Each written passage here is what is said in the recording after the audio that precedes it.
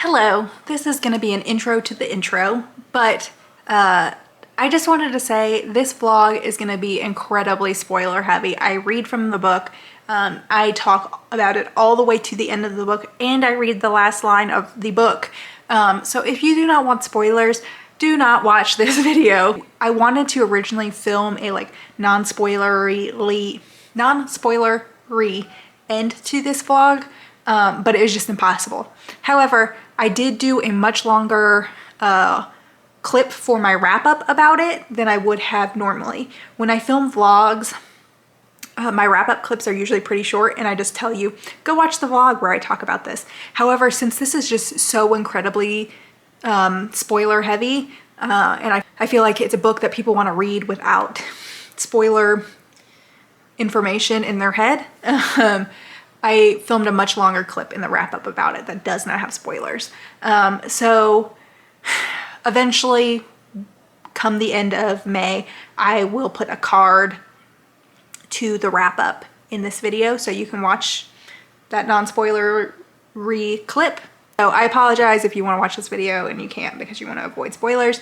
One more thing. I'm also going to apologize for probably the butchering of some of the names in this book as I was reading. I definitely know I kept saying one person's name in two different ways, and both of them were probably wrong. I really probably should have looked up how to pronounce names, but by the time I had that brilliant idea, I was already like halfway through the vlog, and it just felt weird to like maybe start changing the way I was pronouncing people's names, and then it would get confusing.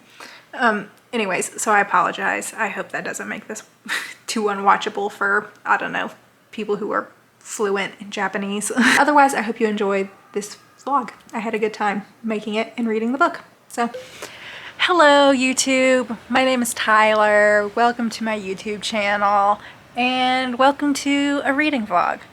A reading vlog for Battle Royale. I am about 40% in. I'm like 200 and some pages in. Let's see. 260 pages in. And it's like 600 and some odd pages. I don't know. Battle Royale is a book that was published in the 90s in Japan. Story that was written for a competition in Japan and then was published. And there's some controversy around it because it's like a very violent book, and it was one of the inspirations for the Hunger Games. So a class of 42 students, junior high students, are thrust into a battlefield. I mean, like, think Hunger Games in that, like, they're supposed to kill each other until there's one left. The difference is that it's one class, so they're all classmates. It's not televised, and it's not really highly publicized. Like, no one really knows about it, talks about it. It's not, seemingly at this point, not used as punishment. We're not really sure the reasons for what is called the program. It is seemingly, they say it's like for readiness of the country, and it's kind of like this alternate timeline in which what is Japan is called the Republic of Greater East Asia, and then there's like an American Empire. They talked about the Korean War. Hi, I'm gonna record this clip here and stick it in because I started talking about the Korean War and it was a whole mess of explanation. I thought I would just actually read the part about the Korean peninsula in the war, if I can find it. Hold on. Okay, so I was really just trying to highlight the alternate history. This kind of shows, one, the level of like propaganda that they're living in their like republic, but then also kind of the alternate history. So Kawada asked Shuya if he remembered that there used to be a Republic of South Korea, And he said, yeah, I've heard of it. It was the southern half of what's now the DRKP. Their textbooks had explained the long-running war between the two nations of one people, officially the People's Republic of South Korea and the Democratic Republic of the Korean Peninsula, on the other side of the sea to the west of their Republic of Greater East Asia. The textbooks read, though we regard the Republic of South Korea as a friendly nation, the sovereign state was forcibly annexed by the DRKP in 1968, following a scheme hatched by the American Empire and a segment of the DRKP's imperial class. And then it goes on and talks about how their textbooks were then saying that the Republic of Greater East Asia needs to basically take over the Korean Peninsula for the sake of all Korean people. For the sake of freedom and democracy of the entire Korean people, our nation must quickly drive out the DRKP imperialists and annex their territory and advance one step further towards the ideal of coexistence between all people of Greater East Asia. And then it kind of talks about how South Korea was also a tyrannical country at one point, and then the state failed. And regarding the defeat of the People's Republic of South Korea, his textbook had said it was entirely due to the devious schemes of the American Empire and other imperialists. And Kawada goes on to compare like the totalitarianism of South Korea to some of the things they experience in the Republic of Greater East Asia. Anyways, so I was just trying to talk about it's an alternate history. Obviously, this information is also being quoted from like propaganda textbooks for students. So I don't know, maybe at the end of the book I'm going to find out that it's still actually two Koreas and that the Republic of Greater East Asia is lying to everyone because they want to gin up support for invading the Korean Peninsula, maybe. I don't know. Anyways, so I hope that gives like a better idea of what the situation with Korea is, because I think that was used to kind of help set the tone for like the government and how it communicates with people, but also kind of help set the scene for the greater historical context that this is all taking place in, if that makes sense. Anyways, but there are 42 students, and we are basically like hearing from all of them. There is a lot of names in this book, which is not my strong suit, to be quite honest. There are a lot of people in this book. But the main narrative seems to be around a student named Shuya, who is like, he plays guitar and listens to rock music, which is like illegal. He was a pretty good baseball player. And I don't know, we're just like in the middle. We're in the middle game right now, I think is what this section was called, where we're hearing from different people who have kind of like gotten together with other people to try to survive this thing. And some of them are like playing the game to win, and some are like kind of formulating anti-government thoughts and plans. So yeah, there's stuff going on. There are definitely some pretty gruesome kills in here, and I'm not even like that far in. There are 25 students left, so there's still a lot to go. And I will just go ahead and say spoiler warning. Spoilers. I'm going to get into a spoiler right now. Shuya has teamed up with a student named Kawada. I'm so sorry. Who actually was in the year before's program. His class had competed and he had won that game. So it's him and a girl named Nuriko. They have teamed up together, and Kawada is kind of sharing some insight into the Republic that is maybe not readily accessible to regular junior high students. So I think that's an interesting little thing, because at the very beginning of the book, Shuya had like explained that he was a year older than everyone, and he had like had to repeat a grade basically, and he didn't know why.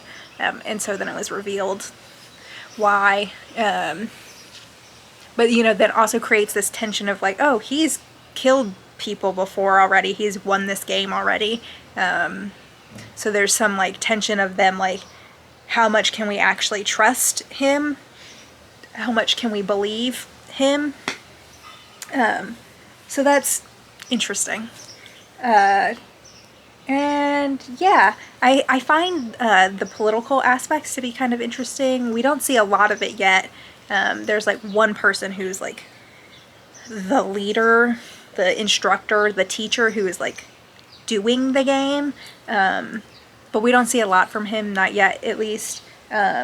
And in general, it seems to be a little less controlled than the Hunger Games. There are like sections of the island that they're abandoned on that like become kill zones as the game goes on, as a way to like force people to move around and not like hunker down, which is like sort of what happens in Hunger Games as well, except they announce it.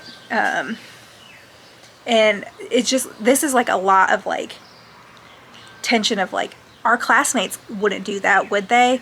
And then ending up like also killing people because you're afraid. And so it's like this tension of being like wanting to trust people but can't trust people because you are in this very specific situation.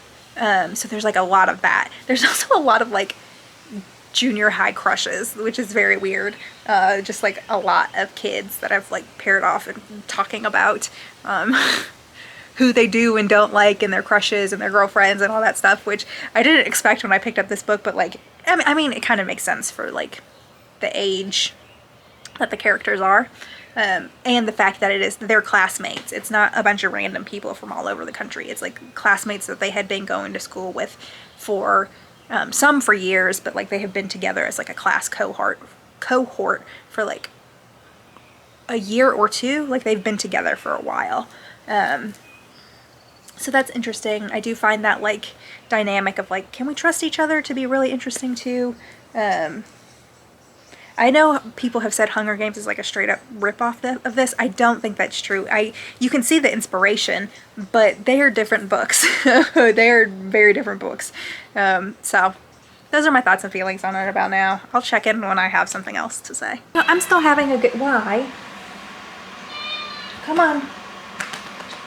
Come on. It's like you know when I'm recording. Yeah.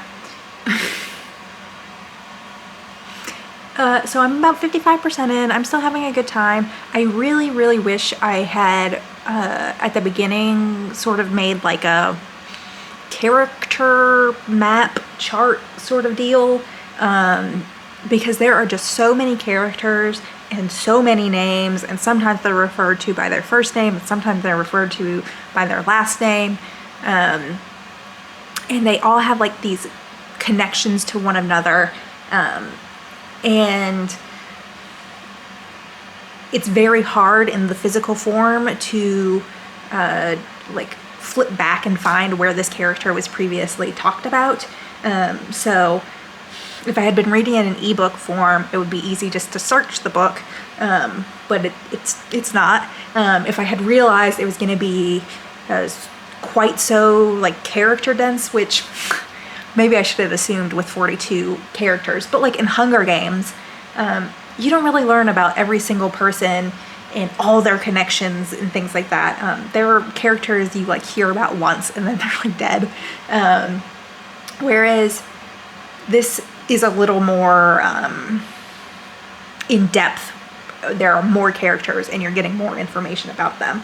So I wish I had done that, and by the time I had realized I should have done it, it was like I was already so far into the book that I just decided to keep powering on. So that's a me issue. There was a attempted sexual assault in this, so that's certainly something.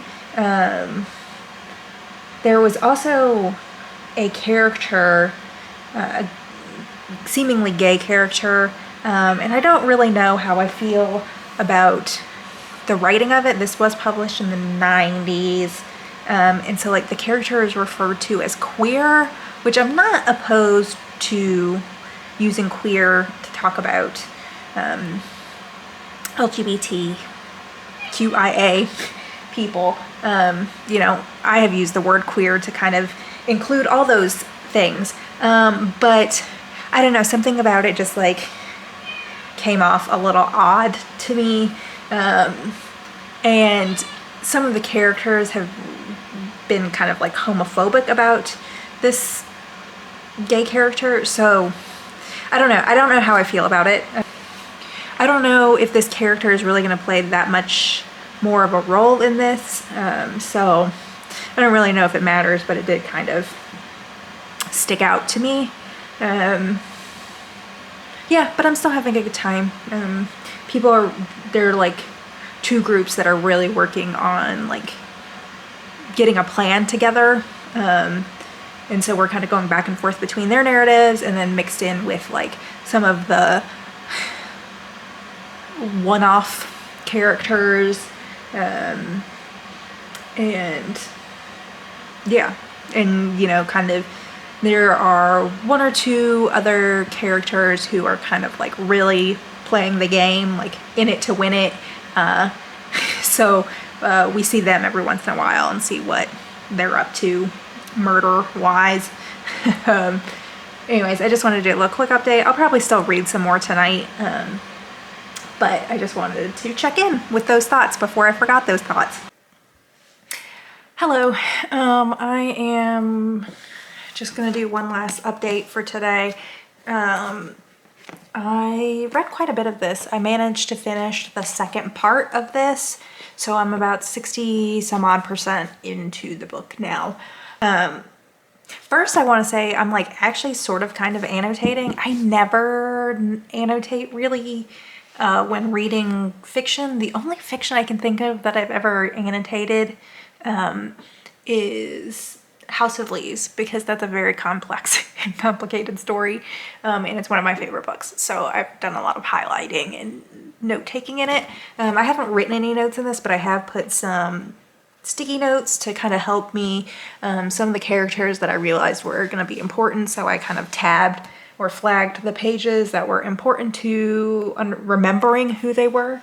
There was one chapter that I actually liked, chapter 48, I really liked, and it was this chapter where Shuya, Kawada, and Noriko were taking shelter in a clinic on the island, and they just had like, I don't know, it was a really sweet chapter in the like midst of all the chaos and the blood and the gore, and at the very end, one of Shuya's school friends like showed up, and they have like a nice little like reunion, even though his friend could not stay with them on their mission, and he had his own things he needed to take care of, but they had this really sweet reunion where they like, I don't know, they were just happy that they were still alive, and they were able to share information between their two groups, and kind of help know who is and isn't dangerous and where they found dead people. Also, I accidentally changed a setting on the camera, and I don't know if I managed to change it back to what it should be. So hopefully this clip doesn't look weird. Anyways, so I really liked that chapter. It was just really nice, and like the whole group was just getting along and being sweet, and it was nice. But then the very last chapter in this book, or in this part, in part 2, the middle game, was incredibly long. There was a group that I hadn't talked about, but it was a boy named Shinji, who is like a really good friend of Shuya, and like Shuya's been talking about wanting to meet up with Shinji, like throughout the book. Shinji had teamed up with Yutaka, who wasn't like a close friend, but like they had managed to kind of build a trusting relationship. I haven't talked about them much, but they have been building a bomb to try and attack the school that like the government officials have taken shelter in, basically, and where they're like running the game. And so they have spent this whole book like getting the supplies and like the tools and that they needed, because they can't actually enter the area where the school is. So they were gonna like airdrop a bomb on top of the school. I'll be honest, a lot of that kind of went over my head, because I actually have a lot of trouble with mind pictures. So this was like a very intricate system that they were developing, and it involved like a large space. But it was still really interesting just to see like all this work that they were putting in, and then it ends up not working out, but not for the reason I thought. I mean, spoilers, obviously. I was expecting that they were going to be successful in bombing the school, but I thought they were also going to die in the bombing. That's not what happened. One of the main like competitors, Kiriyama, is like playing for keeps and has been like the aggressor in this game. And first they ran into a friend when they were like about to leave to instigate this plan against the school, this attack against the school. And they ran into this kid, this other student who was kind of friends with them. And it was like this whole scene of like, can we trust him? Can't we trust him? And Shinji ends up accidentally killing him when he was really just trying to scare him. Like, he gave him a warning. He just did not want him to join their group because they were like right on. It would be a whole thing of like trying to explain it. And the reason that he didn't want to like bring him in was this event that happened while they were in school before the program, where he like ran away. He didn't help Shinji when he got mugged. And so Shinji was using that as like evidence in his mind that he couldn't be trusted. And then that ended up having Yukata also get like freaked out by Shinji. He was thinking Shinji must be using me. He's not actually trying to help us escape or attack the government. And so then they like have to, they don't fight, but like they have a conversation, and then they end up having like a really emotional moment when they realize that they're not enemies at this point. But then Kiriyama shows up, and it's not good. It's not good. They die, which is unfortunate, and Kiriyama is still alive, and they end up using, Shinji like survives the initial attack and ends up using the bomb against Kiriyama, but somehow he still survives. And that's the end of the middle part. So we're going into the end game. There's 17 students left. And I don't really know what to expect. Shuya and Kawada and Noriko, they are working together, and Kawada definitely has like some sort of vengeance plan against the government to try and escape, but he hasn't shared it, and we don't really know what that is. So I don't really know what to expect going into Endgame. I was kind of expecting that the bomb was going to be successful, and that was going to alter the course of the game. Kind of like how in Hunger Games in the second book, they like attack the force field of the game. So I was kind of expecting that's what the school thing was going to be, but obviously that didn't happen. So I think this is going to be like, people are going to play the game until there is one winner. I don't think there's going to be like a we're taking on, like, there is a taking on the government narrative, but I don't think it's gonna be like successful. Like, I don't think this is gonna end with revolution in the Republic. Hi, just a quick update. This evening, I have read like 90 some odd pages of Battle Royale. I am 76% in, so I'm nearing the home stretch. I only have like 120 some pages left. It is like 9:30 on Friday night, so I hope I'll finish it Sunday. I'm hoping by Sunday I can finish it, and then I can start some of the other books that I've been holding off on starting just because Battle Royale is a big hunk of book and I needed to focus on that. So I guess I should have brought the book down with me because some crazy stuff just happened. The chapter I just read was, wow, I think my favorite chapter. So I'm going to really get into some spoilers here. But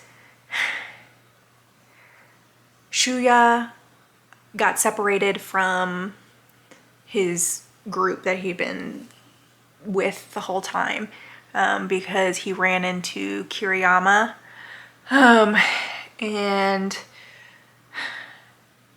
he got shot and then like fell off a cliff.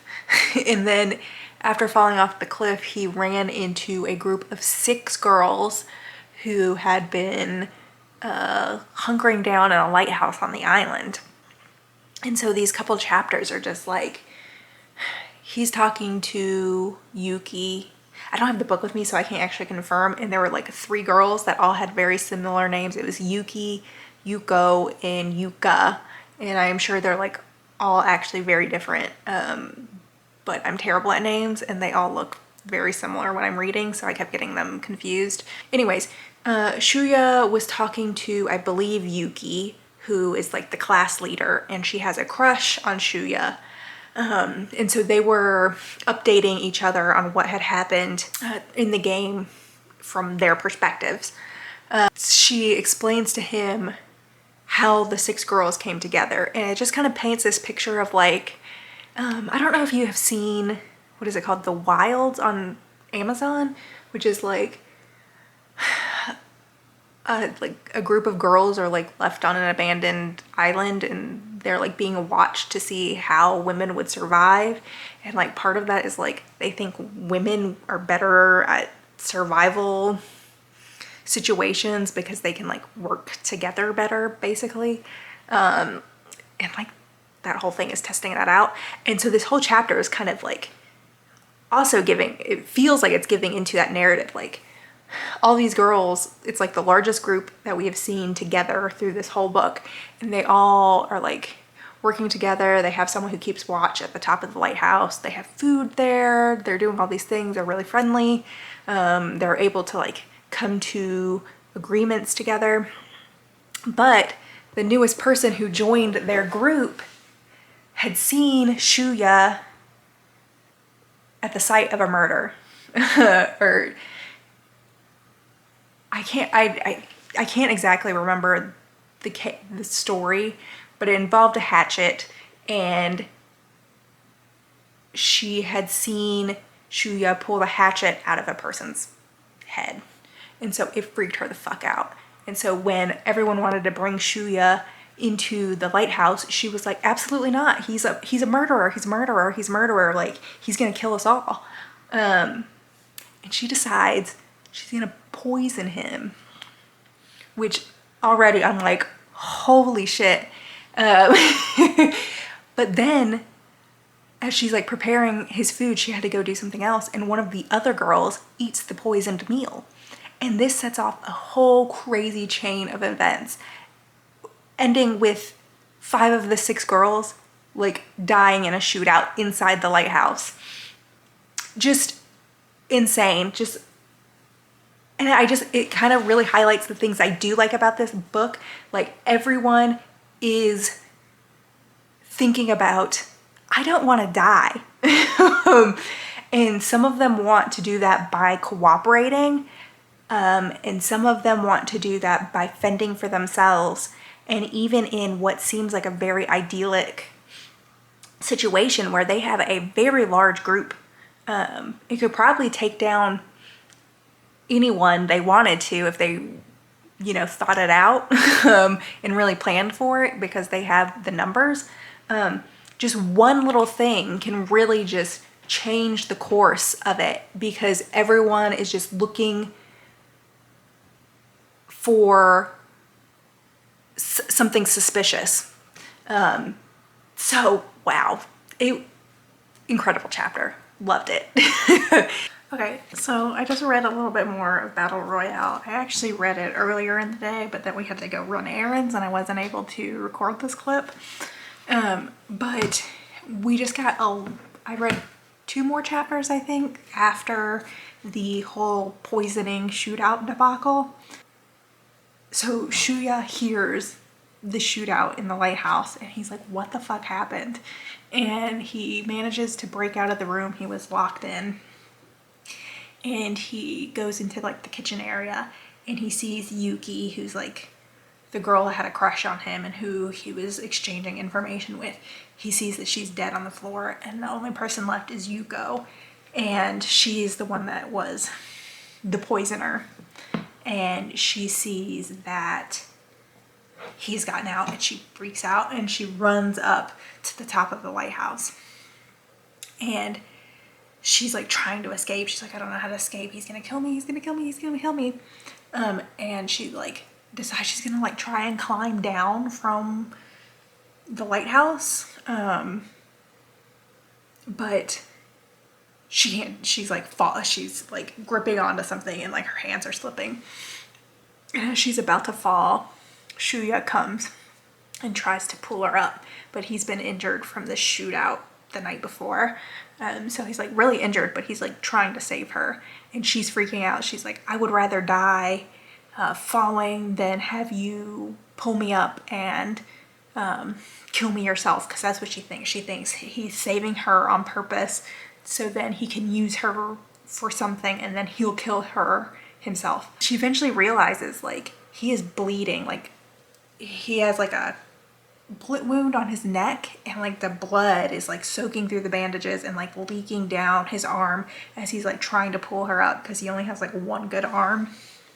And she's like, oh my god, like she realizes in that moment that like what she saw earlier was not him like playing the game. And it even kind of retells like the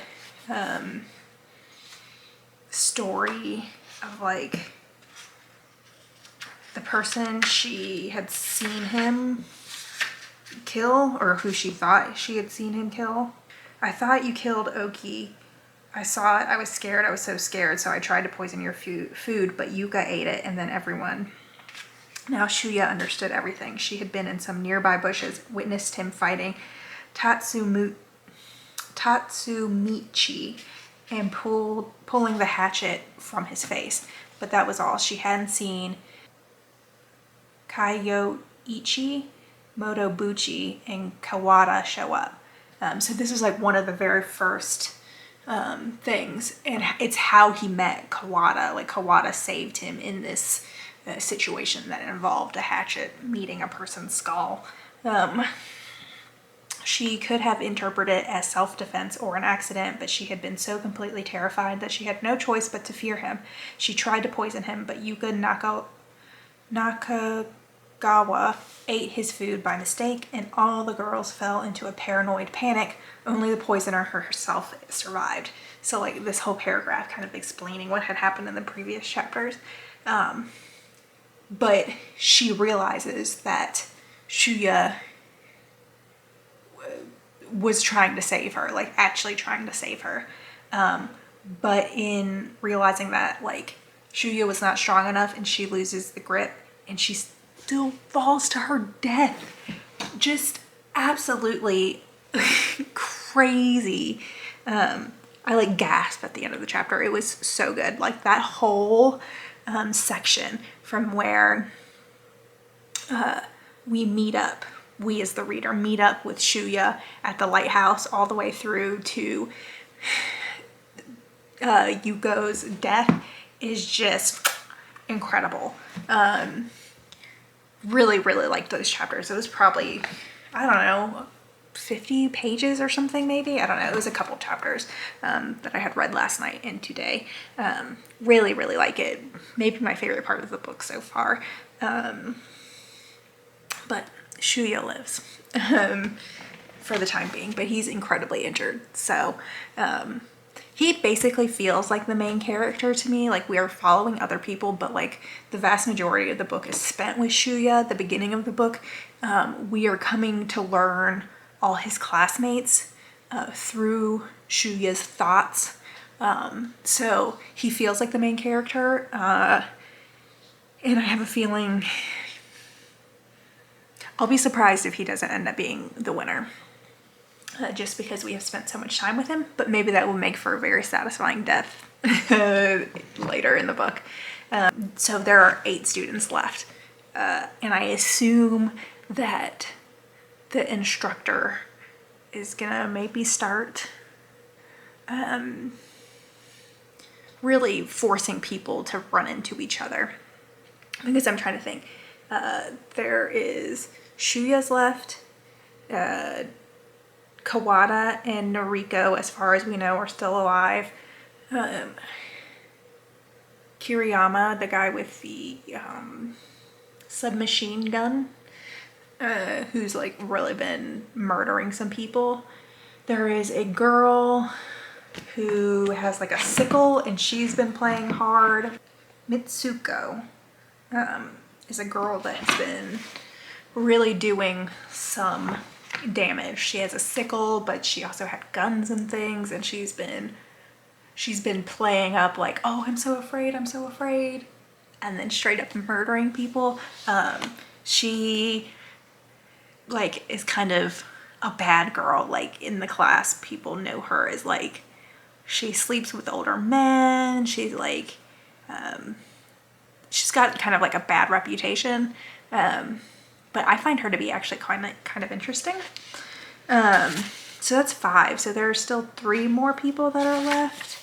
I think Shuya's friend that he ran into at the clinic is still alive. I'm never gonna find his name. I think he's still alive. He has like a government like tracker beacon that can see. Everyone's wearing like a collar that can like explode. And it's kind of how the government is also keeping track of what they're saying to each other. And he has like a tracker thing that can see them. So he's able to kind of sneak around and avoid people, and knows like where people are if he's like close enough to pick up the signal. So I think that's 6. I don't know who the other 2 are.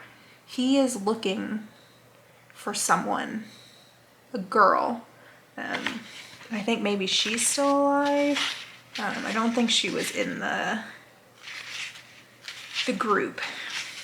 I really wish that, so in the beginning of the book, there's a list of all the students, and I really wish I had used that to write my character note, and then I could also like mark off the people who were still alive or dead. Anyways, those are some thoughts and feelings I have about this. Good morning. It is almost 10 a.m. on Sunday, and I have like 50 some odd pages of Battle Royale left. Ooh, there's a very fat bird. Oh, and a woodpecker. Hold on. Okay, sorry about that. I just got very distracted by the downy woodpecker. Anyways, so it's Sunday morning. My husband just left to go grocery shopping. I really want to finish Battle Royale today. If I really sat down, I could probably finish it soon. But the main goal is just to finish it by 4:30. My hockey team plays at 4:30 today. And I want to watch that. So I want to be done with Battle Royale by the time hockey comes on. But it's very easy to get distracted. I do think I had some thoughts I wanted to share about the last couple of chapters that I read last night before going to bed. So I am going to stop filming right now. I'm going to flip through those chapters and then I'll come back. Okay, so the big thing that happened in the last couple chapters is Hiroki, who was the friend of Shuya, who they ran into at the clinic, he managed to find the girl he was trying to find, who was Kyoko Kotohiki. He had spent the whole time they were there trying to meet up with her, basically. And when he met her, she shot and killed him. Because, like, they didn't really have a relationship outside of the game, and at this point there were only 8 students left, so she was justifiably freaked out because he, like, came out of the bushes basically towards her. Anyways, so she shot him, but before he had died, he told her to meet up with Shuya, Kawada, and how did I just forget her name? Noriko. So he told her they had come up with a plan. If they set 2 fires, Kawada would blow like a bird whistle, whatever, like bird call, for like 15 seconds or something, and you could follow the sound of it to meet up with them. So he told her to do that and meet up with them because basically he trusted them, and revealed that he loved her, which is kind of, I think this is, okay, so they're like 14, 15 years old because they're in 9th grade, and I get, like, they're young and everyone's got crushes on everyone. It's just like every time you meet a new character that you haven't, like, spent any time with, you get, like, their whole freaking, like, background. So when we first meet her, her, like, background is, like, how she had a crush on this, like, ceremonial tea master man, who was 19, and talking about how when she's 18, he'll only be 24 or something like that. And I'm just like, everyone gets, like, a crush background, and I just find it weird that that is, like, the main, like, background information that the author wants to tell us. And, like, to a point it makes sense because they are so young. It's just not really what I expected, and, like, some of it I'm just like, it doesn't matter. Like, one of the girls, her crush was, like, a pop idol that she had a picture of in her locket. And again, like, I get it, she's young, but, like, I don't know if it really adds much to the story for me. And, like, 4 or 5 girls in the class have had crushes on Shuya.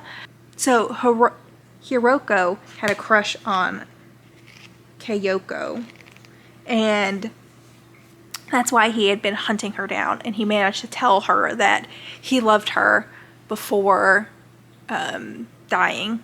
And this sets off a whole chain of events because she, like, shoots him, and so, like, the people who are really playing are listening for gunshots to go find where the action is happening so they can take action. Anyways, there's some more deaths that go on, but from this conversation that they had, Kiriyama finds out about this, like, secret message, so he starts lighting the fires.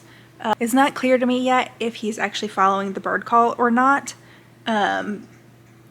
or if he's just trying to draw out Kawada, Shuya, and Naroki. But they see the fire and they do start the bird call, and they assume it's Hiroki. However, in the last chapter of part 3, Sakamochi, who's, like, the instructor, program director man, makes the announcement saying that the only person who's died in the last 6 hours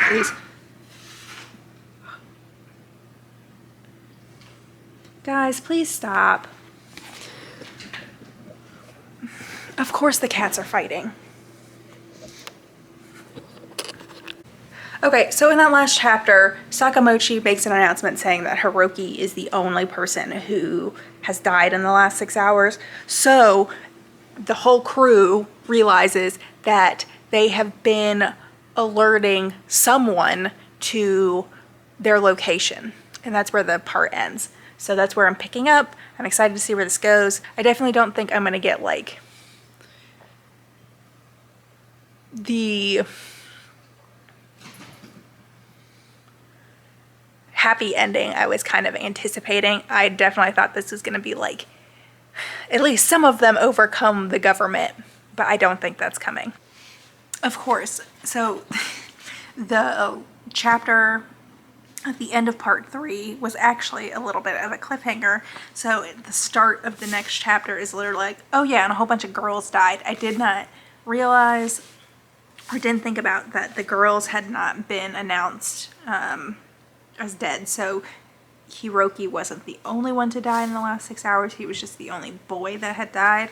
And in this also announces that Kyoko had also died. So they definitely know now that the person who lit the fires is not a friendly person.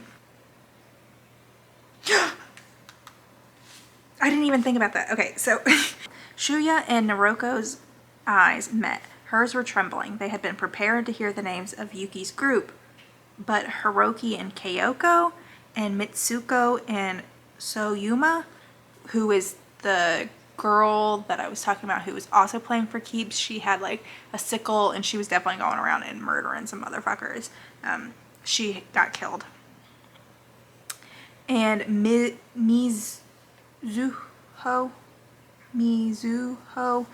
Inada.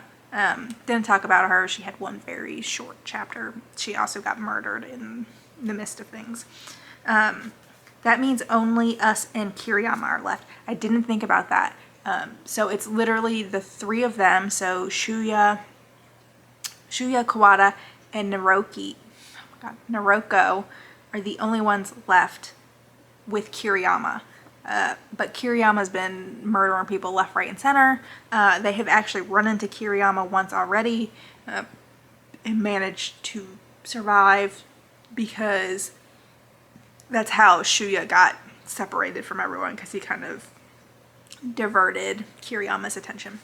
Anyways, so yeah, we're definitely like in the last, like there's gonna be one big battle left and there's only gonna be one person left standing, so I better buckle in.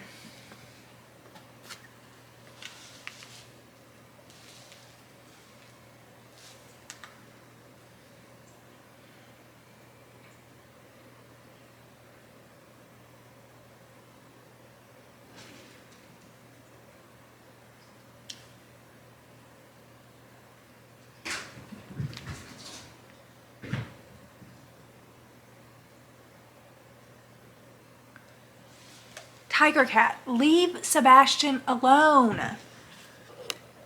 This boy cannot behave. He will not stop tormenting the older neurotic cat that we have.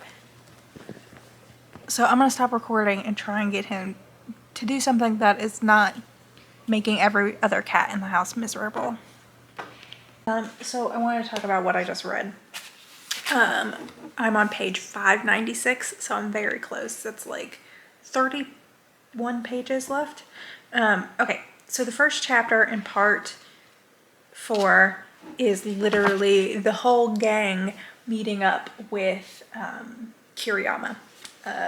Like literally as soon as the announcements end, Kiriyama shows up. So he was definitely following the bird call. He heard the whole conversation. He knew what the plan was. There's a whole battle. There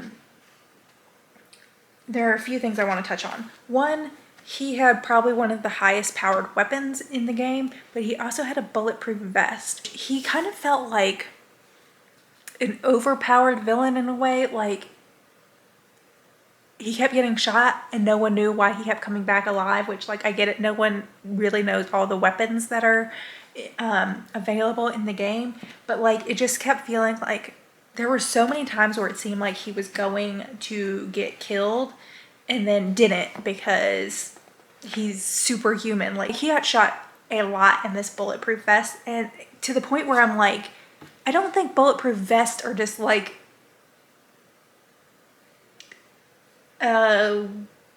infinite like thing. I think they have to like deteriorate in some capacity. I mean, he was getting shot, like unloaded on, and coming back to life, and I just found that like, I don't know, it kind of ruined the like tension of these scenes for some of these scenes for me.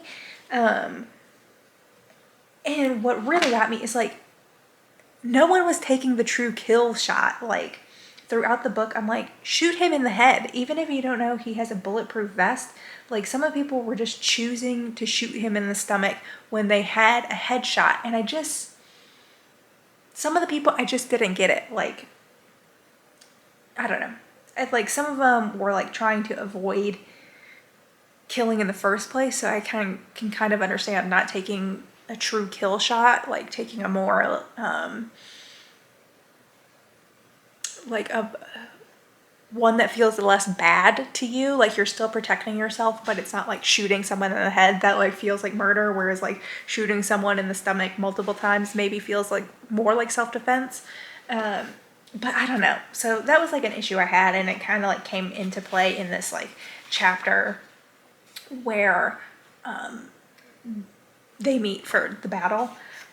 So I can't tell if it's the translation or what, but sometimes like some of the scenes are just so unclear to me. Like they will state something, but it's not very clear, state or describe something, but it's not very clear the outcome of it until like later on. And then you there's like a piece of dialogue or something, and you're like, oh, so this thing did actually happen, and you have to go back and reread it and like find that information. And I kind of feel like maybe it just has to do with like translating Japanese to English. Like, you know how in translating sometimes a language has like, I don't know, 6 different words for something that only has 1 word in English, and all those different versions of the word like have a different meaning that may or may not be able to be translated into English. I feel like there's some of that going on here, and I'm just like missing like some context sometimes. And like it was very clear to me in like reading a section in this like battle between Kiriyama that I felt like I was just missing something. But there was other parts of like battles throughout the book where I'm just like, I feel like I'm missing a piece of context that would really make it clear to me what is going on. So like they think they killed Kiriyama, and then he rises from the dead, and Shuya thinks Kiriyama's about to kill him, and he hears a gun go off, and it says he closed his eyes, he felt something pierce his chest, and he thought, I'm dead.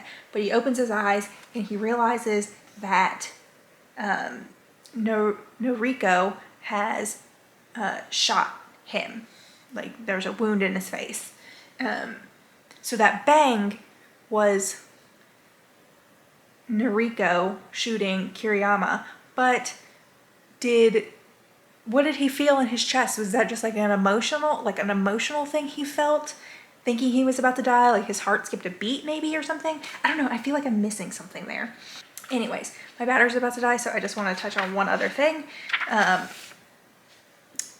After that battle, Kawada has turned on Shuya and Noriko, which is something they had talked about in the very beginning when they met up with Kawada, because Kawada kind of has like a bad boy energy to him, and they didn't know if they could trust him.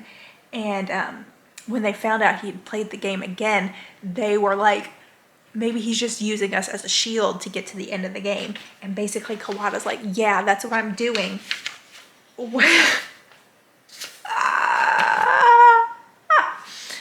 And he pulled a gun on him and pointed it at him. So I'm going to try and finish this. And while I finish it, I am going to charge my camera battery because my battery's dying. And then I will come with final thoughts and conclusion. It is noon well, just afternoon, and I have officially finished Battle Royale. So I am gonna give one more spoiler warning. This whole video is full of spoilers, but I am gonna talk about the last like 30 pages of the book. So maybe you don't want that information. So Kawada pretended to shoot Noriko and Shuya because there aren't cameras on the island. They're only monitoring the game through the microphones and the collars and like biometric information from the collar. So he pretends to shoot them because it's like dark, and he had learned how to disable the collars. So in the dark, he disabled the collars. And then he was declared the winner. He's on the ship, and Sakamochi comes to talk to him.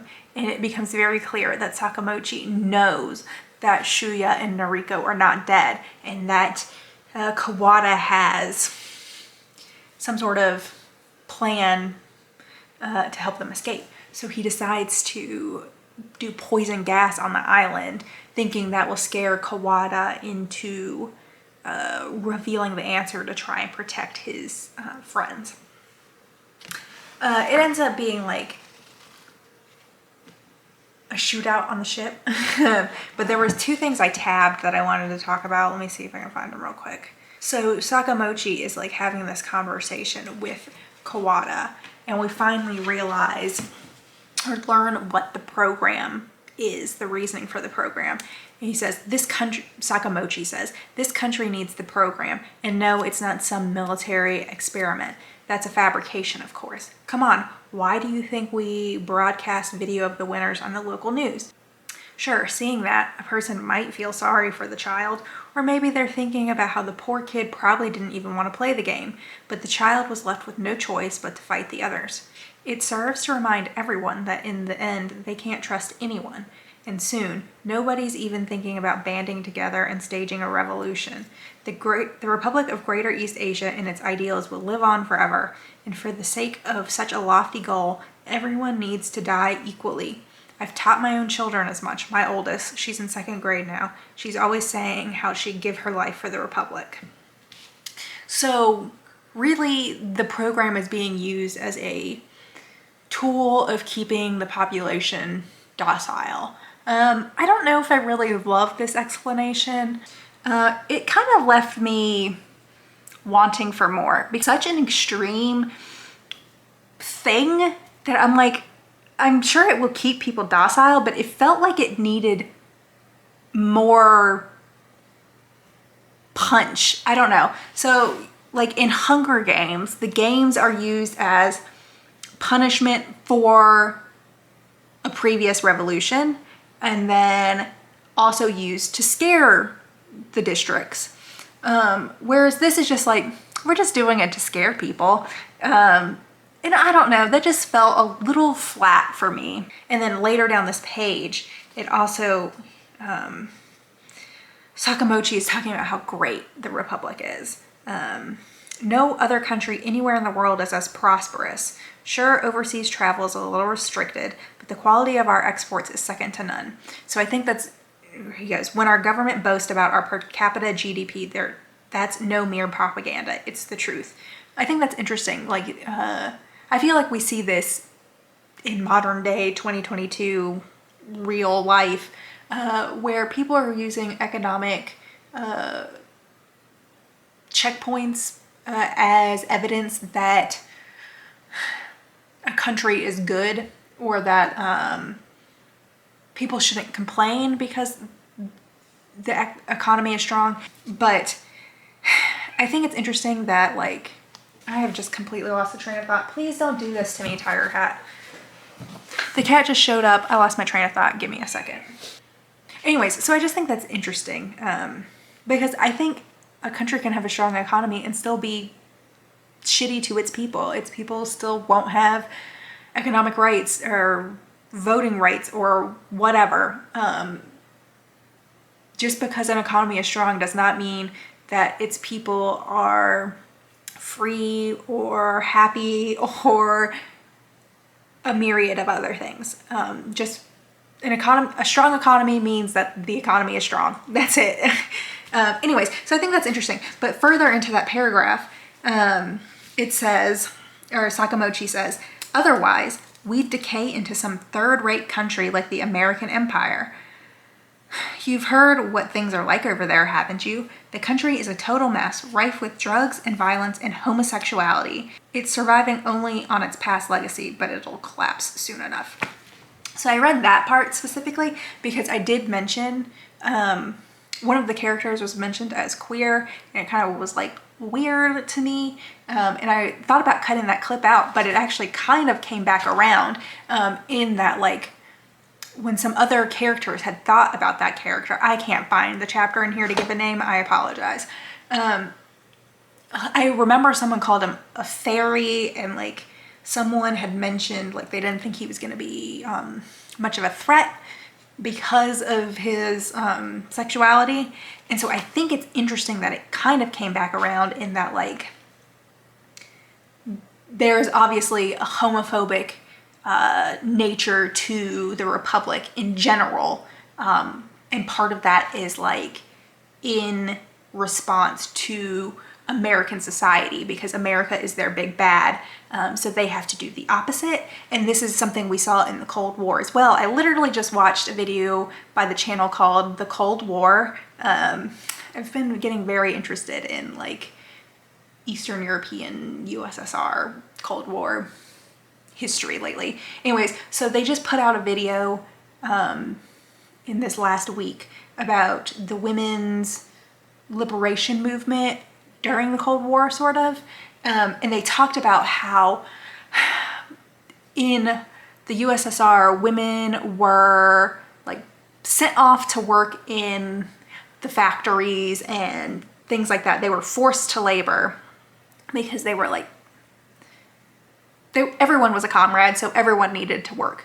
And America's response to that was to really double down on the patriarchal society that just because women worked in World War II, that doesn't mean that's the natural state of things. Women need to be in the home, women need to be taking care of children, women need to be maintaining the household and letting their husband work and bring home the money. And I feel like I kind of saw that in this paragraph, that like America is drug-ridden and violent and full of homosexuals, and the Republic of Greater East Asia is going to be the opposite of that. So it ends up being that Shuya and Noriko swim to the ship and they take it over, and Kawada and them kill all the people on the ship and they commandeer it. So yeah, warning, getting into spoilers. I'm gonna read the last line of this book, so beware. Kawada dies from a previous injury, so that leaves Shuya and Noriko left. But he had given them some information on what to do after they redock. And then there's an epilogue, and they are in Osaka, and they are like trying to escape the country. They have like a plan set in motion to take a boat to the Democratic Republic of the Korean Peninsula, and I guess get to America from there.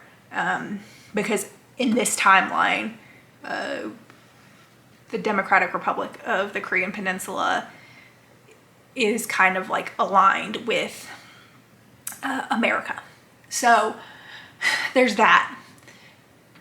But then as they're like getting ready to leave, they run into a police officer and they get into like a brawl, and then they're like running off, and that's like the end. And the very end says, I don't think I've talked about it much, but at the end of all the chapters, it tells you how many students are left throughout the book. So in this very last chapter, if I can find it, that'd be helpful. It says, once again, 2 students remain, but of course, now they're with you. So it's like leaving you with this notice that like, now you're aware of the bigger picture, how society is structured, and these 2 people are with you now. So that is the end. So now I'm gonna kind of get into a general overview, and I actually really enjoyed this. I'm gonna give it 4 stars. It's different than I anticipated. When I first started it, I really expected it to be a lot more political than it ended up being. I would actually say that The Hunger Games is more outright political in giving you like, this is, Panem is bad and this is why, and we're fighting against it. This is not a revolutionary book. Not like, this book is not about revolution is what I'm trying to say. In the end, there is a little bit of defiance that goes on. There is a little end note of that, but as a whole, this book is really just like straightforward 42 kids killing each other. Like that is what the vast majority of this book is. It is the program. It is people getting killed. So, I mean, most of this book is just that. It's just people getting killed. It definitely is not as complex as I had imagined with a book that is this thick and giant. While like there's a lot of names and there's like a lot of connections between people, it's really not that complex. Like, especially if you like actually make a point of like making notes, or if you're using the ebook and you make a point of like searching a name when they're brought up again to confirm who they are.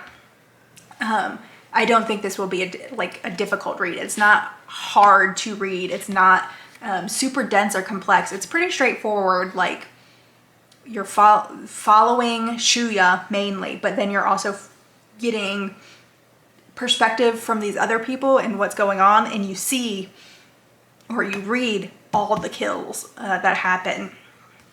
But it's pretty straightforward. I really did just want a little more of that political aspect. The little political things I got, I really enjoyed. There just wasn't a lot of it. And I kind of felt like maybe I was just like missing something. I wasn't making the connections I needed to make. I didn't have like the background knowledge that maybe they were referring to or referencing something about 90s Japanese culture that maybe I was not picking up. But overall, I actually really liked it. I get why people like it. I don't think Hunger Games is a ripoff of this by any means. I definitely see the inspiration.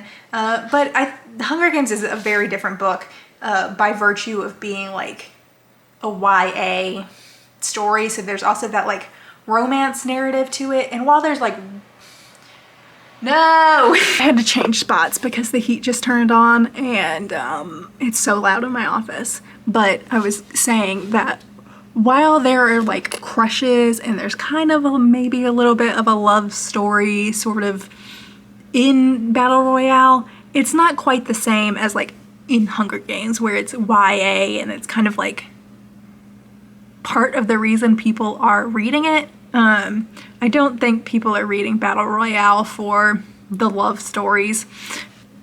And honestly, I kind of wanted less of it in this book. Like, I understood why it was being brought up, like everyone's crushes. They're like 14, 15 years old, so like, yeah, that's like an important part of their lives. But honestly, I could have used less of that, and I would have preferred, I don't know, any other information about their backstories, to be quite honest. Or honestly, I would have liked to see more from Sakamochi at the school.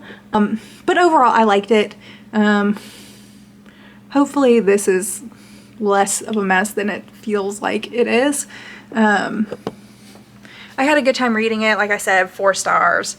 I don't think I have anything else to say. So I will see y'all next week. If you've read Battle Royale, feel free to leave a comment. Talk to me about it. Tell me what you disagree with me on, what stupid things I said while reading this book. Bye!